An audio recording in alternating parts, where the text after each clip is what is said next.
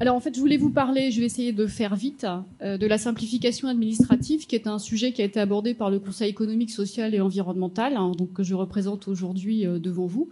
Un sujet qui a été abordé cette année, qui était orienté vers les professionnels, puisque pour eux, c'est vraiment un sujet de préoccupation récurrent, la complexité de l'administration, pour les particuliers aussi souvent, mais pour les professionnels, c'est particulièrement lourd. Donc c'est de nombreuses démarches, quantité de documents, un vocabulaire parfois incompréhensible, un labyrinthe au sein de différents services, et nous n'avons dans le vœu pas parlé de l'organisation institutionnelle de la Nouvelle-Calédonie qui évidemment se superpose à tout ça.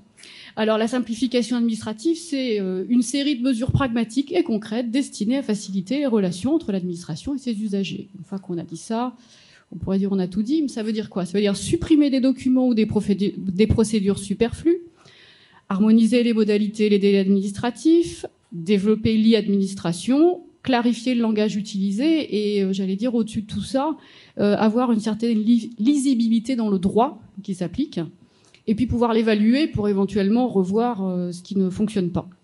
Alors le CESE a fait un focus sur les entreprises dans le secteur du commerce, mais finalement les recommandations qu'il a sorties, il en a sorti 39, je ne vais pas toutes vous les lire, concernent finalement l'ensemble du sujet et du domaine et plus largement que le secteur du commerce. J'en ai identifié 9 qui concernent plus particulièrement le numérique. Alors, le premier, il est peut-être évident, mais en fait, en discutant avec les gens qui ont été auditionnés, c'était pas si évident que ça. Il faut vraiment éviter, sans simplifier, la superposition de l'administration et de l'e-administration. On va pas rajouter une couche à une autre couche qui est déjà compliquée. Alors, ça vous paraît peut-être évident, ça ne l'était pas pour tout le monde. Nous avons souhaité qu'il y ait une certaine transversalité qui s'opère entre les administrations et donc nous souhaitons qu'on puisse proposer un guichet unique, dématérialisé, commun à toutes les administrations, avec toute la complexité qu'il peut y avoir derrière. Et ça, c'est à l'image du site guichet-entreprise.fr. Ce sera un guichet où pourraient être effectuées toutes les démarches en ligne et en proposant notamment la saisie en ligne de formulaires type déjà pré-remplis. S'inspirer également, quand on développe une démarche en ligne, des principes qui ont été identifiés par le Secrétariat général pour la modernisation de l'action publique. Bon, je vous les lis pas au hasard. Utiliser un langage clair et précis, avoir un pilote qui connaît les besoins des usagers. D'autres recommandations tout aussi évidentes, mais c'est mieux en le disant. Et le CESE a souhaité ajouter, proposer un service client qui réponde aux questions posées en ligne. Chose qui n'est pas toujours proposée. En lien avec ça, évidemment, la Nouvelle-Calédonie a une configuration particulière et donc nous souhaitons qu'on puisse mettre en place un bus numérique qui apporte la même aide à ceux de l'intérieur et des îles et qui servent donc de guichet unique mobile sur l'ensemble du territoire, donc déplacer ce guichet avec les questions d'accessibilité à Internet, etc. derrière, mais vraiment apporter le service directement sur le lieu. Nous souhaitons aussi que s'il y a un programme de dématérialisation des démarches administratives, qu'on puisse réorienter le gain vers un accompagnement important des professionnels.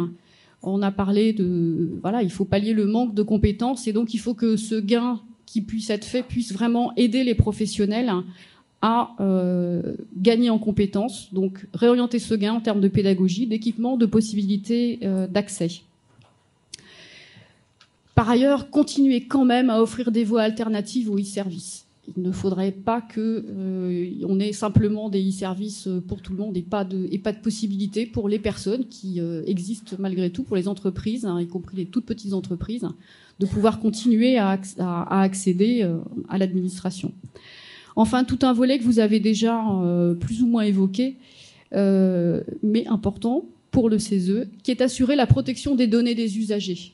Donc les informer de l'usage qui en est fait, et notamment dans des principes de finalité, de pertinence, de durée limitée de conservation, de sécurité et des droits, du respect des droits des personnes. Ça veut dire aussi organiser le cadre législatif du partage des données entre les administrations, en encadrant leur utilisation, que ce soit l'accès, l'information de l'utilisateur, et également adapter le secret professionnel. Donc vraiment des assez gros chantiers. Et enfin, mettre en place une signature électronique présumée fiable qui évidemment viendra parachever l'ensemble. En résumé, simplifier, c'est pas simple. Ça se saurait. C'est donc un gros chantier, c'est un travail de fourmi, c'est vraiment un travail de fourmi. Le point important, c'est que règles simplifiées, certes, mais ça suppose de respecter ces règles qui sont établies et ne pas chercher à les contourner, donc travailler dans une confiance réciproque qui reste sans doute encore à développer sur le territoire. Merci. Merci Françoise.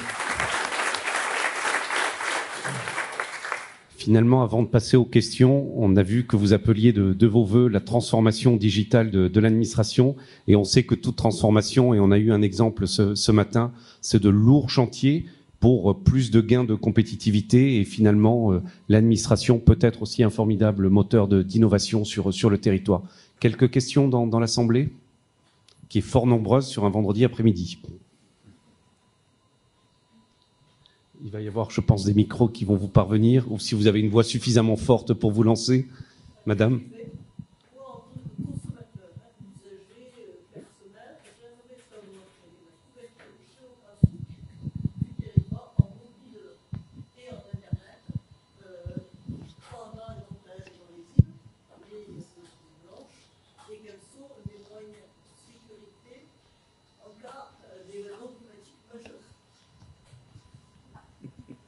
Donc deux questions, effectivement, la couverture et puis finalement l'information en cas d'événements majeurs.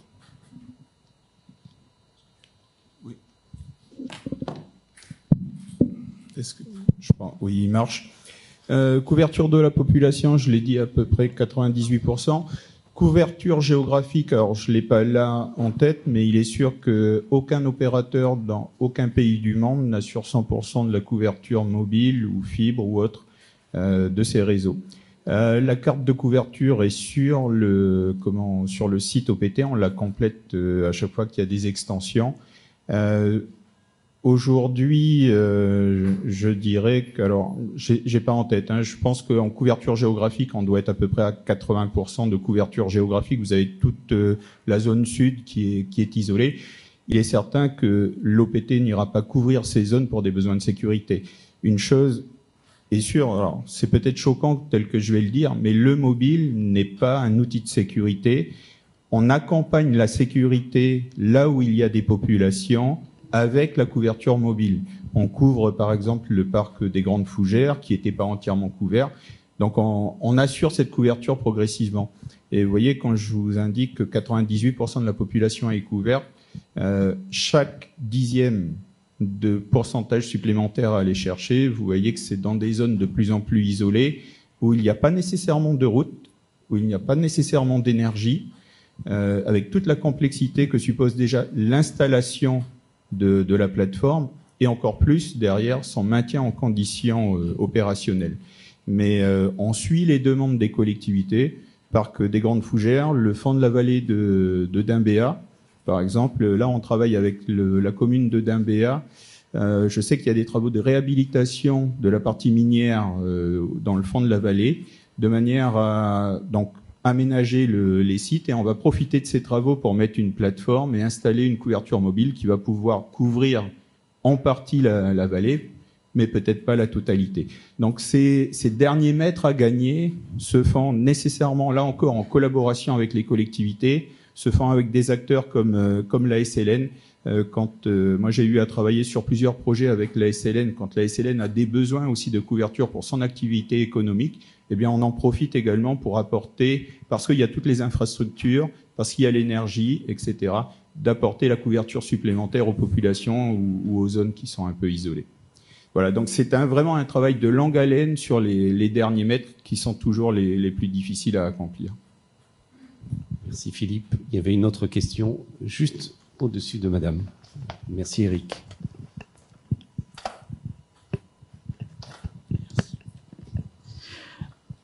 Bonjour. Alors, j'ai deux petites questions qui s'adressent à la fois à monsieur Bellagi et à monsieur Massenet. C'est concernant le volet formation et plus particulièrement la montée en compétence du personnel local. Donc vous avez effectivement le cluster et vous connaissez, j'imagine, très bien les besoins des différentes entreprises qui sont dans le cluster mais aussi qui font partie, j'imagine, pour certains du syndicat. Vis-à-vis des propositions d'axes d'orientation de Monsieur Deladrière, comme il l'a évoqué un peu plus tôt dans la vidéo, est-ce qu'aujourd'hui, vous de votre côté, est-ce que vous portez un projet de formation sur le territoire avec des formateurs que vous feriez venir par exemple d'Australie ou de métropole là, pour former des Calédoniens sur un niveau supérieur que ce qu'on a aujourd'hui sur le territoire, à savoir licence et BTS, ou voire des formations de niveau 3 à niveau 4. Première question. Et la deuxième, très rapidement, à savoir sur votre commission développement des compétences. Peut-être que j'ai manqué de l'information. C'était pour savoir un petit peu qui compose cette commission. Merci. Thème. Donc, en ce qui concerne le projet de formation, sur la formation initiale, c'était votre question, on accompagne en fait, comme je disais tout à l'heure, la CCI pour la mise en place. Je suis pas sûr. Si, ça marche. Il fallait attendre un peu. Il fallait pas reprendre vite. Et on accompagne donc la CCI dans le cadre de la mise en place de la formation avec Simplon, dont je parlais tout à l'heure. On travaille également avec l'université. L'université a mis en place l'UT MMI, mais un projet, je crois qu'un master a commencé de mémoire MIAGE, et donc, en tout cas, il y a un projet de lancer un MIAGE et on les accompagne, on les soutient. On a déjà été présent il y a à peu près 2 ans ou 3 ans pour travailler avec eux. On est au courant des programmes qu'ils veulent proposer. Donc voilà, et puis on essaye d'intervenir dans la mesure du possible dans le cadre des formations existantes. C'est un point important qui me fait penser à un autre sujet. La problématique de la compétence, elle est plus générale qu'une problématique de formation initiale. On a un grand problème également de formation dans la formation continue qui nous coûte très très cher. Aujourd'hui, les formations sont présentes qu'en métropole pour les francophones et pour ceux qui arrivent à maîtriser l'anglais en Australie, en Nouvelle-Zélande, ce qui est assez rare en général. On est obligé d'aller en métropole, ce qui nous fait un accès très cher en fait à la compétence. Et on aimerait bien travailler avec un organisme qui gère la formation publique, qui est l'IFAP, afin de pouvoir remonter l'ensemble des besoins de formation privée-publique et constituer en fait un vivier de demandes de formation plus large pour qu'on puisse organiser plus facilement, enfin les organismes de formation puissent organiser plus facilement plus de formations destinées à l'ensemble des acteurs numériques. Voilà un des sujets sur lesquels on va commencer à travailler. Sinon, sur la commission des compétences, donc c'est Myriam qui gère, donc qui est notre manager qui gère la commission, et avec il me semble qu'il y a déjà quelques adhérents qui travaillent avec elle. Donc il y a Laurent Maillot et il y en a d'autres. Donc ils ont commencé à travailler il n'y a pas longtemps. Donc n'hésitez pas de revenir vers Open, open.nc, vous trouvez les contacts pour qu'on puisse travailler dessus. Pierre Massonnet. Alors c'était surtout un sujet pour le cluster. Au niveau du syndicat, je dirais que on va plus être sur des considérations de le numérique, c'est une multitude de métiers, c'est des compétences très pointues. Je dirais qu'on va être plus dans des considérations il faut qu'on mette en place des formations nécessaires sur le territoire, mais il ne faut pas oublier également notre taille. Et donc, là, il y a une réelle question sur la notion d'emploi local versus l'apport de richesse extérieure. Et je m'arrêterai là. Si je peux me permettre de prolonger, on a toujours défendu la problématique de l'emploi local versus emploi international. On a besoin de cet emploi-là. Aujourd'hui, si on n'a pas l'apport en fait de ces gens qui ont l'expérience, qui ont eu des formations en général dans des très bonnes écoles et qui ont en plus une expérience, c'est de l'or pur qui arrive, c'est pas du nickel qui arrive en Nouvelle-Calédonie et qu'on l'exploite pas correctement parce qu'avec la problématique d'emploi local, on les freine. En fait, en général, c'est des gens qui ont de l'expérience, qui ont un certain âge, ils peuvent pas venir tout seuls s'ils ont une famille. Donc il y a une vraie réflexion là-dessus qu'il faut développer. Ce qui on peut très bien protéger de l'emploi local et également promouvoir l'emploi international. Ça se contredit pas.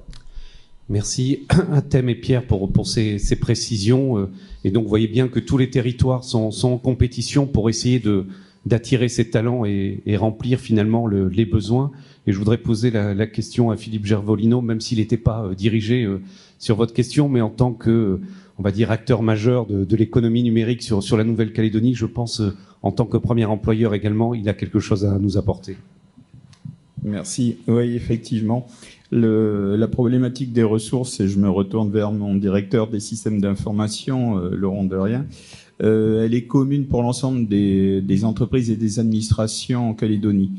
Pour rien vous cacher, on se tire la bourre, on se pique les ressources entre nous. Tant mieux pour les ressources, ça fait monter leur salaire.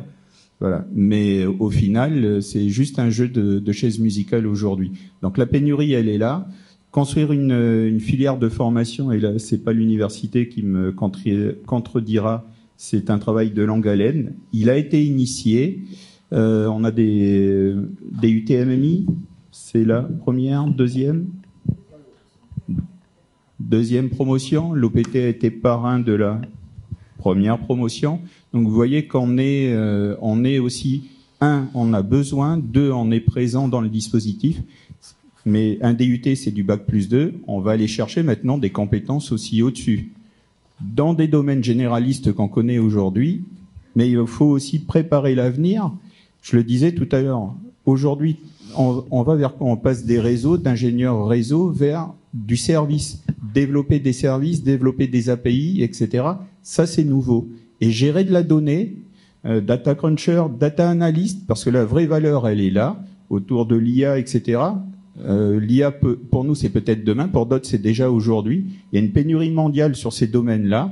Il faut que la Calédonie se dote de filières complémentaires au-delà de bac+2 sur ces domaines, et pour éclairer aussi les besoins d'aujourd'hui, mais dont on touchera les dividendes que dans 3 ans, 4 ans. Mais il faut déjà penser à la suite. Voilà. Et pour l'OPT, c'est vraiment un sujet au même titre que tout le tissu économique calédonien. Merci Philippe pour ces précisions. Je crois qu'il y avait une question, s'il vous plaît. Oui, bonjour Monsieur Chénaud. La question s'adresse à Monsieur Gervolino, je pense plus précisément. En fait, le développement du numérique en Nouvelle-Calédonie va nécessiter la résolution d'une équation importante, c'est développer de façon très importante les capacités à l'international et en même temps, si possible, diminuer de façon aussi importante les coûts. Et en sachant que le mégabit, suivant l'endroit d'où il vient ou par où il passe, n'a pas le même prix. Comment est-ce que vous pensez que cette équation va pouvoir trouver une solution qui convienne à tout le monde? Merci. Alors, je vais essayer de m'adresser à tout le monde en même temps. Alors, effectivement, la sécurisation a un coût, un deuxième câble sous-marin international, mais la sécurisation en Calédonie aussi a un coût. Quand une entreprise nous dit « mais moi, il me faut 2 fibres qui arrivent, il me faut une double couverture mobile parce que je peux pas me permettre », on voit que ce coût de sécurisation, il est partout. Donc, il y a des efforts d'efficience pour continuer à minima à maintenir les mêmes tarifs, à les faire baisser. Ce que j'indiquais dans cette conception de place de marché où on ramène en Calédonie les contenus les plus consommés. Vous voyez, le trafic généré par les caches, si on n'avait pas pris cette disposition il y a maintenant 2 ans, 3 ans, on n'aurait pas les débits que l'on a, ou alors on aurait des débits mais à des coûts plus importants. Donc on a un travail à faire pour ramener les contenus chez nous. Après ça, moi je remonterai aussi l'étude que mène la Nouvelle-Calédonie sur la stratégie télécom se penche sur le modèle économique de l'OPT au global. Je vais juste vous donner un point.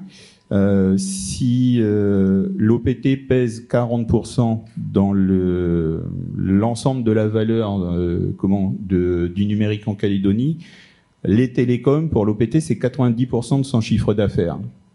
L'OPT, son modèle économique, c'est une péréquation entre un métier, les télécoms, qui est un monopole de la Calédonie que l'on exerce, qui permet aussi d'assurer les missions de service public sur le postal. Le métier postal, l'activité de service public postal perd 1,4 milliard par an. Assurer également les missions de service public et d'aménagement du territoire en matière de services financiers. Les services financiers, aujourd'hui, le coût du service public des services financiers, quand l'OPT met un distributeur de billets à Poum, il n'y a pas une banque privée qui va mettre ce distributeur là-haut. Il faut bien que ce soit financé quelque part. 2 milliards de déficit. Donc c'est pas uniquement le coût des télécoms qu'il faut considérer côté OPT, et c'est également ce que fait la Nouvelle-Calédonie dans son ensemble, c'est comment l'ensemble des missions de service public qu'exerce l'OPT grâce au monopole sur les télécommunications qui lui ont été données, permet de continuer l'aménagement du territoire et apporter des services financiers qui sont financés bien sûr par ces télécoms. Donc l'équation elle a beaucoup d'entrées, vous le voyez, on arrive jusqu'à présent à la conjuguer avec des débits en augmentation, en local, à l'international, des changements de technologie, de la sécurisation. Pour le moment, on arrive à le faire. Alors, il y a des membres du gouvernement, je suis pas très politiquement correct quand je le dis, mais enfin, c'est un sujet qui est également examiné au travers de l'étude sur la stratégie télécom. Est-ce que vous connaissez la TPCT, la taxe provinciale sur les communications téléphoniques? Ok. 21 milliards de chiffre d'affaires de l'OPT, 1,8 milliard de taxes reversées sur les communications. 9% du chiffre d'affaires qui est reversé. Les provinces en ont besoin, je n'en disconviens pas. Mais quand l'OPT assure une péréquation entre ces métiers de service public, l'OPT aussi assure une péréquation fiscale vers les provinces qui ont besoin de cet argent. Est-ce que le modèle peut tenir encore longtemps ? Si vous me posez la question personnellement, je ne suis pas convaincu. Et je pense que les études qui sont en cours devraient apporter des réponses. Pour aller plus loin, 9% du chiffre d'affaires, c'est sur l'ensemble du chiffre d'affaires télécom. Mais cette fiscalité, elle s'applique uniquement sur les communications. C'est-à-dire que quand on regarde uniquement les communications, les 5 francs par minute que reverse l'OPT, c'est 1/3 du chiffre d'affaires voix qui est fiscalisé. C'est-à-dire que quand vous faites une communication quand vous facture 10 francs par minute, il y en a 5 qui repartent automatiquement aux provinces. Voilà. Donc, est-ce que le modèle pourra tenir en conjuguant tout ça? Je vous laisse libre des conclusions. Voilà. En ce qui concerne les communications internationales, on pourrait aussi se poser la question, puisque une partie du coût, alors Philippe me dira si je dis des bêtises, mais une partie du coût que nous payons au mégabit est aussi là pour payer les infrastructures, l'évolution des infrastructures. Donc une des pistes, enfin en tout cas une des interrogations qu'on se pose au niveau du syndicat, c'est pourquoi on ne va pas chercher des fonds européens comme le font d'autres pays insulaires autour de nous. Donc je crois qu'il y avait encore une question en haut de la salle. Ça sera peut-être la dernière si vous le voulez bien. Alors j'avais pas de question en particulier. Par contre, je voulais apporter une précision sur l'intervention de Monsieur Beladji sur les moyens de paiement. Donc je suis directeur clientèle innovation à la CSB. Donc c'est vrai que notre solution de paiement en ligne était un peu vieillissante avec Paybox. Déjà, on a fait la première étape à la CSB, c'est déjà de prendre conscience de l'innovation. Donc, on vient comme disait Monsieur Deladrière, il y a que 61% des entreprises qui n'ont pas fait encore le pas. Donc, on a déjà fait le pas. On s'est doté d'une cellule d'innovation. Donc, on est en train de travailler sur une deuxième solution qui est PZN. Vous pouvez avoir toutes les informations sur le site ipnc.nc. Donc, on a voulu travailler en mode agile, c'est-à-dire qu'à aujourd'hui, la solution PZN, elle est déjà en production avec un pilote. On n'a pas ouvert tous les services, puisqu'on a voulu ouvrir assez rapidement et faire une migration. Derrière, vous aurez des solutions, on a vu sur d'autres pitchs qui nous ont été demandés, c'est des solutions one-click avec du paiement en ligne. Donc, avec la solution IPNC, vous aurez du paiement one-click, du paiement en plusieurs fois. Donc, je vous invite à aller regarder sur le site internet où il y a absolument toutes les informations. Et puis, on est en train de travailler justement par rapport aux innovations, même si dans d'autres pays, ça fait déjà très longtemps que ces moyens de paiement sont déjà ouverts, tels que le paiement sans contact. Même si c'est ouvert depuis 10-15 ans en France, à aujourd'hui, ça ne fait qu'exploser, qu'il n'y a que 2 ans seulement. Hein. Donc pareil chez nos voisins australiens. Donc le paiement sans contact est prévu pour l'année prochaine. On est aussi en train de travailler sur les paiements mobiles. Donc voilà, on est dans cette mouvance justement d'innovation, et les paiements en ligne et les différents paiements par différents canaux seront disponibles à partir de 2019. Merci pour ces précisions qui viennent enrichir le panorama numérique de la Nouvelle-Calédonie. Je vais demander à Eric peut-être de descendre le micro. Il y a une dernière question. Alors, le président du MEDEF a effectivement de la voix. Oui, une question qu'on va faire à Philippe. J'ai peur. Même si tu veux pas en parler, Philippe. D'abord, j'ai entendu parler de co-construction. Est-ce que la première question naïve, est-ce que le privé, les entreprises privées ont été associées au choix du câble? Et je crois comprendre que, encore une fois, après 2 ans d'études, de tergiversation, on est parti pour reporter le choix du câble. J'ai cru comprendre encore. Donc, je sais pas si le choix se fera en 2018. Ça, c'est dommageable. Je vais peut-être doucher l'enthousiasme de Pierre. Et c'est dommageable pour tout le monde, pour les entreprises utilisatrices, et les fournisseurs d'accès, pour ceux qui vont travailler sur le câble eux-mêmes, alors qu'on a besoin d'activité. Donc, ma première question, c'est est-ce que dans le choix du câble, vous avez fait ça tout seul dans un coin à l'OPT, ou vous avez associé les entreprises du privé? Donc je pense que Philippe Gervolino me le permettra. Je pense qu'il ne peut pas répondre, et notamment il est astreint à un devoir de réserve. Sur le choix, je ne peux pas répondre, parce que ça c'est dans les mains du conseil d'administration et c'est dans un process. Par contre, sur le travail préparatoire, sur les différentes solutions, les différentes hypothèses, il y a eu des discussions. Le choix après de par où ça passe et vers où on va et qui en retient au final, c'est dans les mains du conseil d'administration. Mais quand on a eu à présenter les différentes options avant de lancer le dialogue compétitif, c'est quelque chose qu'on en a pu partager de mémoire devant le CESE. De mémoire, on l'a partagé également avec l'Open, des choses comme ça. Enfin, à l'époque, ça s'appelait pas l'Open. Pardon? Oui, Think IT. Donc, on n'est pas rentré dans une co-construction, mais sur l'exposé, est-ce qu'on va à tel endroit? On a démarré, si je refais juste la genèse sur le sujet, en 2015, quand on a ouvert le point, il y avait 10 hypothèses possibles. Retourner à Sydney, aller en Nouvelle-Zélande, aller à Tahiti, comment aller au Vanuatu, etc. Pardon? Au Pérou, ouais, c'est un peu loin.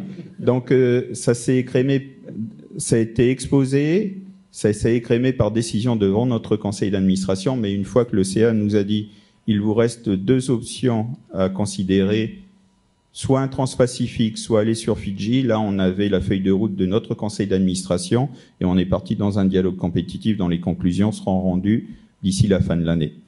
Et je peux pas rentrer plus dans le détail.